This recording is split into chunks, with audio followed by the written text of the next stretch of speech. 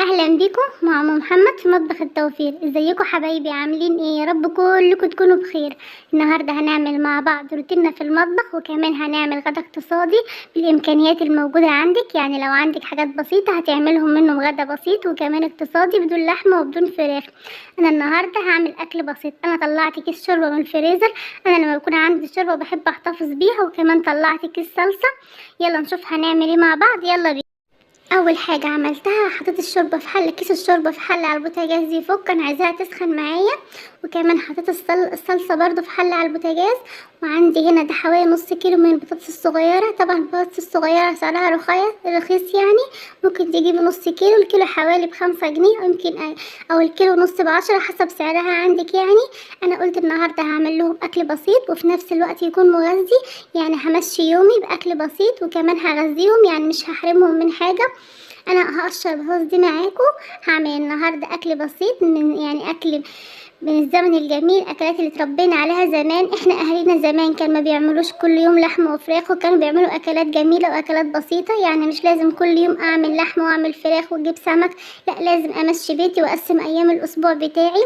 يعني مثلا يومين مثلا هعمل فيهم فراخ، يوم هعمل فيه سمك، باقي الاسبوع همشي فيه اكلات بسيطه بس في نفس الوقت تكون مغذيه. طبعا لازم اغذي ولادي وفي نفس الوقت ما احرمهمش، يعني وامشي ميزانيتي باموري.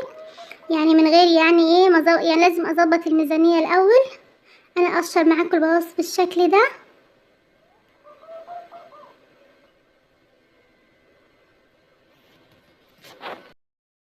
بعد ما قشرتها هقطعها معاكم لمكعبات صغيره. انا عايزاها تكون صغيره بالشكل ده بحيث تستوي معايا بسرعه، يعني ما تاخدش وقت. انا هقطع كل الكميه. ده شكلها بعد ما قطعتها. يلا نشوف هنعمل بيها ايه بقى. انا عندي ده صينيه فرن يعني. هعمل فيها النهارده رز وبطاطس في الفرن بطريقه اهالينا زمان. انا عندي الرز هنا انا غسلته كويس. اعملي الكميه اللي تناسبك حسب افراد الاسره عندك يعني. انا غسلته كويس حطيته في الصينيه بالشكل ده. طبعا الرز ده طعمه جميل وكمان بسيط واكله مغذيه. عندي هنا بصلايه متوسطه هقطعها مكعبات برضو صغيره على الرز ده كانوا بنعمله اهالينا زمان، كانوا بيعملوه لنا وكان اكل جميل. دي الاكلات اللي اتربينا عليها برضو مغذي في نفس الوقت. انا هقطع البصله بالشكل ده.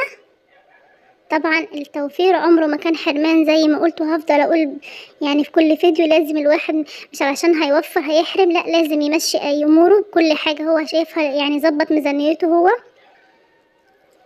قطعت البصلايه بقى بالشكل ده.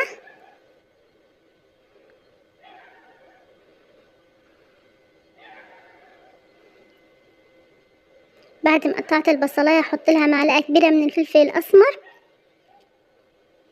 احط لها برضو معلقه كبيره من الملح. طبعا انا هظبط الملح لسه، واقلب كل ده مع بعض يعني. وعندي هنا ده مكعب مرقه ممكن تحطيه وممكن لا، يعني حسب رغبتك. وقلبتهم كويس مع بعض. وعندي هنا حوالي معلقتين كبار من الزيت. هقلب كل ده الرز بقى مع الزيت مع البصل مع التوابل كله مع بعضه. وعندي هنا البطاطس انا غسلتها كويس بعد ما قطعتها، وهقلبها في الرز. طبعا الرز ده سهل وبسيط وبجد طعمه جميل جدا، يعني اكله اقتصاديه وفي نفس الوقت مغذيه ولادك هيحبوها. قلبت بقى البطاطس معاهم، واحط كمان عليهم الصلصه.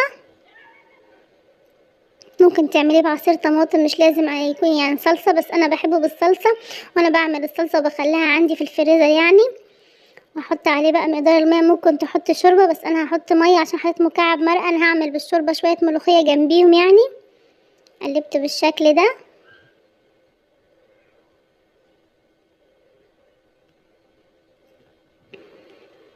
لازم اقلبه كويس وادوقه، لو محتاج ملح احط له ملح وادخله الفرن يستوي. دلوقتي بقى هعمل معاكم شويه ملوخيه ناشفه بكيس الشوربه اللي طلعناه. انا عندي هنا ملوخيه ناشفه، وعندي هنا كام فص ثوم ونص قرن فلفل. انا هعملها بطريقه بسيطه. طبعا الملوخيه الناشفه ولادنا كلنا بيحبوها وكمان مغذيه، يعني لو جبت ربع كيلو ب20 جنيه او 30 جنيه حسب سعرها عندك. حطيتيه عندك هيمشي معاكي يعني مدة طويلة، هيكفيكي طبعا. انا دقيت بقى الفلفل والثوم في الهون بالشكل ده. ممكن تضربيه في الكبة. عندي هنا حلة على البوتاجاز، هي حلة صغيرة، انا هعمل كمية صغيرة.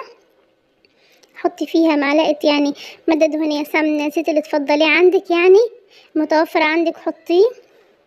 طبعا الملوخية الناشفة بجد مغذية جدا وبجد جميلة، جربوها بالطريقة دي، هي طريقتها بسيطة وفي نفس الوقت جميلة، يعني ايه مغذية برضو، ولادك هيحبوها. معظم ولادنا بيحبوا الملوخية. اول ما يعني ما السمنة ساحت معايا، هنزل بقى بالفلفل والثوم اللي انا دقيته في الهون واشوحهم مع بعض كويس. انا عايزة احمر الثوم بالفلفل بالشكل ده، افضل اقلب فيهم لحد الثوم يتحمر معايا مع الفلفل. طبعا الملوخية بتحب الثوم، زي ما قلت الملوخية الناشفة مغذية جدا، كمان طريقتها بسيطة وكمان يعني متوفرة. لو اشتريتي ربع كيلو هيقعد معاك يعني فترة طويلة.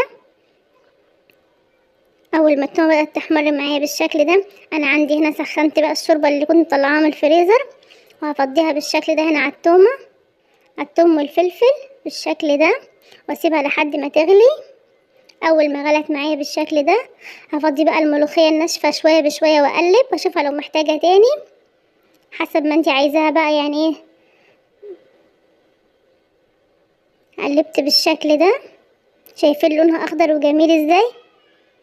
الطريقة دي بسيطة جدا وكمان طعمها بجد جميل جدا. افضل اقلب فيها بالشكل ده.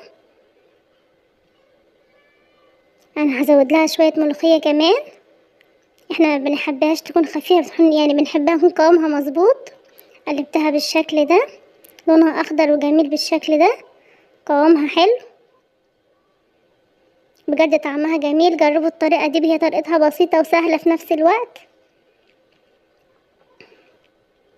بالشكل ده هسيبها تاخد غلوة واطفي عليها، بس مش هغطي عليها، هسيبها يعني شوية من غير ما اغطي عليها. بالشكل ده هطفي عليها. ده شكل الرز بعد ما استوى وطلعته من الفرن، شايفين شكله جميل ازاي وكمان بسيط جدا. ده شكل الاكل. انا قدمت الملوخيه مع الرز بالشكل ده وشويه مخلل لفت. هي اكله بسيطه وكمان يعني جبت عيش. هي دي اكله بسيطه ازاي تمشي يومك، يعني الظروف صعبه خليكي قدها، ما تحرميش نفسك ولا ولادك من حاجه، خليكي يعني مشي امورك بميزانيتك البسيطه. اتمنى يكون الفيديو عجبكم.